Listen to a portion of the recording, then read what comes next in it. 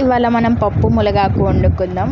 పప్పుని ఇట్లా క్లీన్ చేసుకొని తర్వాత 2 టొమాటోస్, చిన్నుల్లిపాయలు, పచ్చిమిరపకాయలు కోసి వేసుకోవాలన్నమాట. 2 ఆనియన్స్ కూడా కట్ చేసుకొని పప్పులో వేసుకోవాలి. ములగాకు కూడా 2-3 టైమ్స్ క్లీన్ చేసుకొని మంచిగా పప్పులో వేసేసుకోవాలి. తర్వాత మనం ఎన్ని ములక్కాయలు కావాలంటే అన్ని ములక్కాయలు కూడా క్లీన్ చేసుకొని వేసుకోవాలి. తర్వాత పొయ్యి మీద పెట్టుకున్నప్పుడు ఉప్పు, చింతపండు, నూనె, పసుపు ఇట్లా ఒక గిన్నె పెట్టుకుంటే ఏంటంటే నిండా ఉంటుంది కదా, కుక్కర్లో పొంగకుండా ఉంటుంది.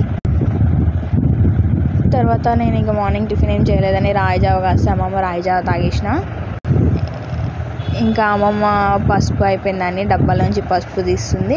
అమ్మమ్మకి మార్నింగ్ నుంచి హెల్త్ బాగాలేదు, 2-3 టైమ్స్ వామిటింగ్స్ అయ్యింది. అందుకని ఉప్పు నీళ్ళు ఇచ్చిన, బీపీ ఏమైనా డౌన్ అయిందేమో అని. నెక్స్ట్ ఇంకా పప్పు ఉడికిన తర్వాత పప్పు పక్కకు తీసుకొని మెతుపుకొని ఉప్పు కారం వేసుకొని తర్వాత పోపు పెట్టుకోవాలి.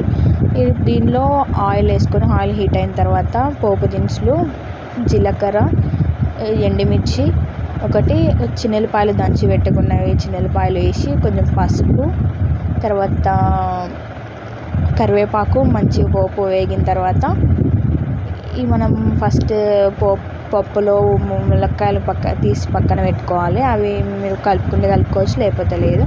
తర్వాత చక్కగా ఉప్పు కారం వేసుకొని మెతిపిన పప్పు తాలింపులో వేసేసి చక్కగా వేడివేడి రైస్లో కొంచెం ఫస్ట్ ఒక మామిడికాయ పచ్చడి వేసుకొని తింటే సూపర్.